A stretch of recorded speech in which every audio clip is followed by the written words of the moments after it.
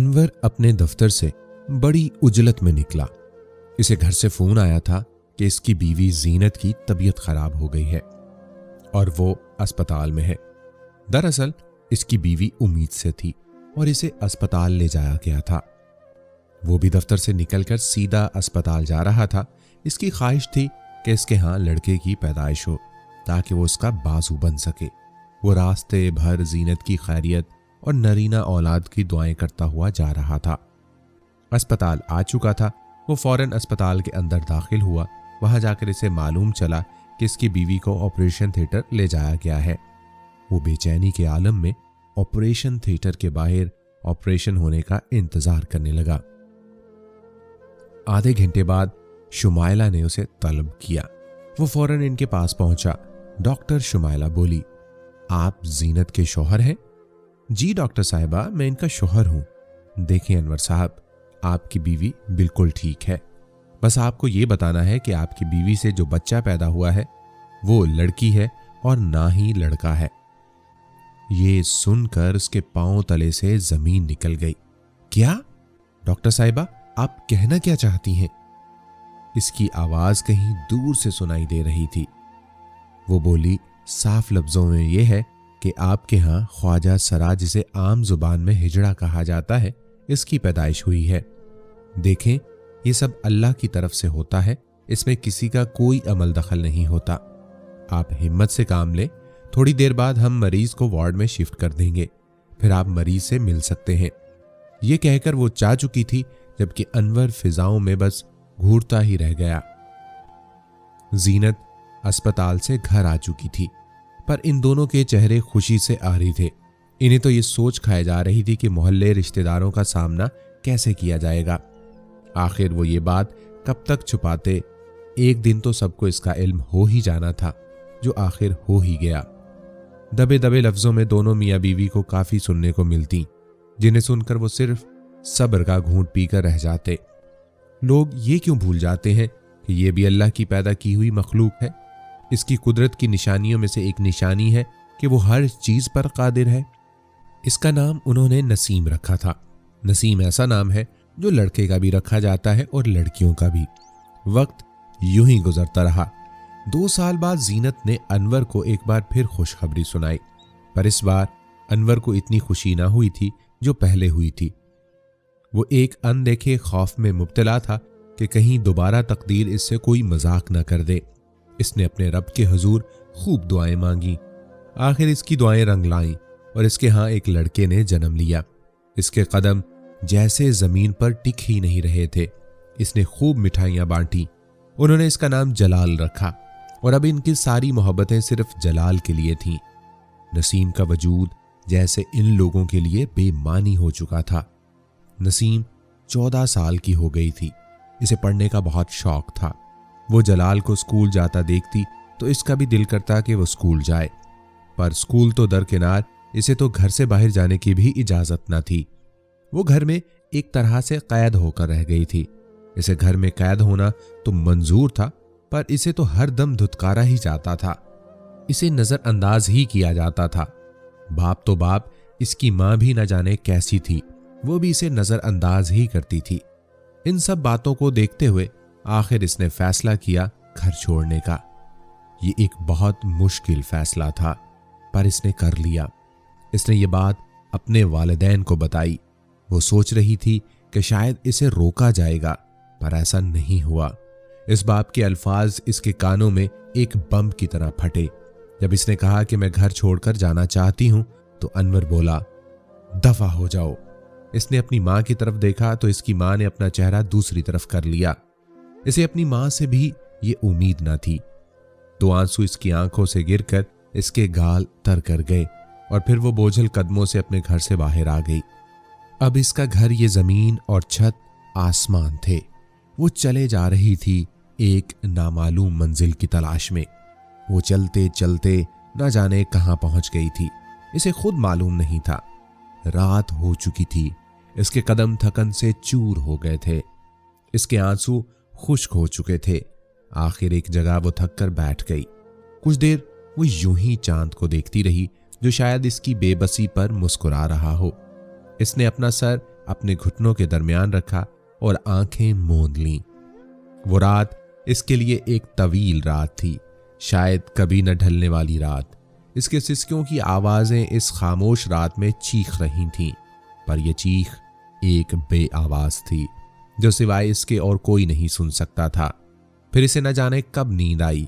इसे मालूम ही न चला सुबह का सूरज तलू हो चुका था। अचानक रेलगाड़ी की आवाज पर इसकी आंख खुल गई। करीब ही रेलवे स्टेशन था। इसे भूख लग रही थी।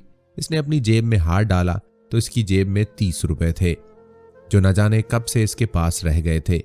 इसने इन रुपयों से कुछ बिस्किट खरीदे और अपने पेट का ईंधन भर लिया। अब इसकी जेब खाली हो चुकी थी। एक बार फिर भूख ने इसे सताना शुरू किया। भूख से मजबूर होकर इसने एक फैसला किया और इसने चलना शुरू कर दिया। अब इसकी जेब खाली हो चुकी थी। एक बार फिर भूख ने इसे सताना शुरू किया। भूख से मजबूर होकर इसने एक फैसला किया और इसने चलना शुरू कर दिया। अब इसका रुख वहां मौजूद रेलगाड़ी की तरफ था, जो मुसाफिरों को लेकर जाने के लिए खड़ी थी। मुसाफिर जौक दर जौक इसमें बैठना शुरू हो रहे थे। वो एक डिब्बे में दाखिल हुई और फिर इसके हाथ मुसाफिरों के आगे उठ गए। इसने भीख मांगना शुरू कर दी। बाहर से वो बज़ाहिर एक मजबूत नजर आ रही थी, पर अंदर से इसका वजूद कांप रहा था।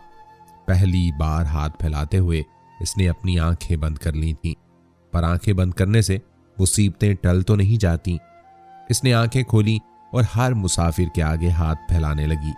दिन भर हाथ फैलाने से इसे इतनी रकम जमा हो गई थी कि वो 2 वक्त की रोटी खा सके। रात हो चुकी थी। वो वापिस अपने ठिकाने लौट आई। अब फिर रात की खामोशी थी और वो थी इसकी सिसकियां थीं, खामोश सिसकियां। दिन यूं ही गुजरने लगे। एक दिन वो यूं ही भीख मांग रही थी कि अचानक किसी ने इसके कांधे पर हाथ रखा। इसने पलट कर देखा तो इसे अपनी ही जिन्स का इंसान नजर आया। वो भी एक हिजड़ा थी। वो नसीम से मुखातिब हुआ। लगता है घर से ताजा ताजा धुतकारी गई हो। आप कौन हैं? इसने डरते डरते पूछा।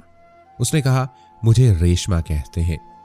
अगर रेशमा से रेश निकाल लिया जाए, जो मां रह जाती है, तुम मुझे मां समझ सकती हो। आओ मेरे साथ। ये दुनिया हम लोगों के लिए नहीं है। हमारी दुनिया तो कोई और ही है। आओ हम अपनी दुनिया में चलते हैं। यह कहकर इसने नसीम का हाथ थामा और एक तरफ को चल दी। वो एक बड़ा सा मकान था जहां सब इस जैसे लोग थे। इसे घर में दाखिल होता देखकर सबके चेहरे खुशी से झूम उठे। हर एक इसकी बला लेने गया। चारों तरफ से इस पर मोहब्बतों के फूल निछावर होने लगे, जिसके लिए वो बरसों से तरस रही थी। वो सोचने लगी, जो अपने थे वो भी अपने न बन सके, और जो गैर हैं वो तो अपनों से भी बढ़कर हैं। इसे सबसे मिलाया गया। सब इसके आने से बहुत खुश थे। एक तो वो कम उम्र भी थी और खूबसूरत भी। आज इसने पेट भर कर खाया और आज की रात वो बहुत पुरसकून सोई। सुबह का सूरज इसके लिए एक नया सूरज बनकर तलू हुआ था। अब इसको अपने फन से रोशनास कराने के लिए इसे ट्रेनिंग देने जाने लगी। सबसे पहले इसे ताली बजाना सिखाया गया। ये ताली जिसे इनकी पहचान थी। चंद दिनों में ही इसने ताली बजाना सीख ली थी। नाच भी इसने सीख लिया था। अब वो मुकम्मल तौर पर इनमें रंग बस गई थी। इसने रेशमा से ख्वाहिश जाहिर की कि वो पढ़ना चाहती है। रेशमा ने तो पहले इसे हैरत से देखा, फिर बोली, अरे पढ़ लिख कर क्या करेगी? क्या कमिश्नर लगना है? वो बोली, नहीं माँ, मुझे कमिश्नर तो नहीं बनना, बस तालीम मेरा शौक है। मैं अपना शौक पूरा करना चाहती हूँ। रेशमा ने कुछ देर पहले सोचा, फिर बोली, ठीक है, जैसा तू चाहे। ये सुनकर वो झूम उठी। अब वो अपनी बरादरी वालों के साथ काम पर निकलती और शाम में पढ़ाई करती। इसने अपने काम के साथ साथ बहुत जल्द जैसे तैसे करके अपनी पढ़ाई मुकम्मल कर ली। इसने ग्रेजुएशन कर ली थी। पहली दफ़ा इनकी बरादरी में किसी ने तालीम मुकम्मल की थी।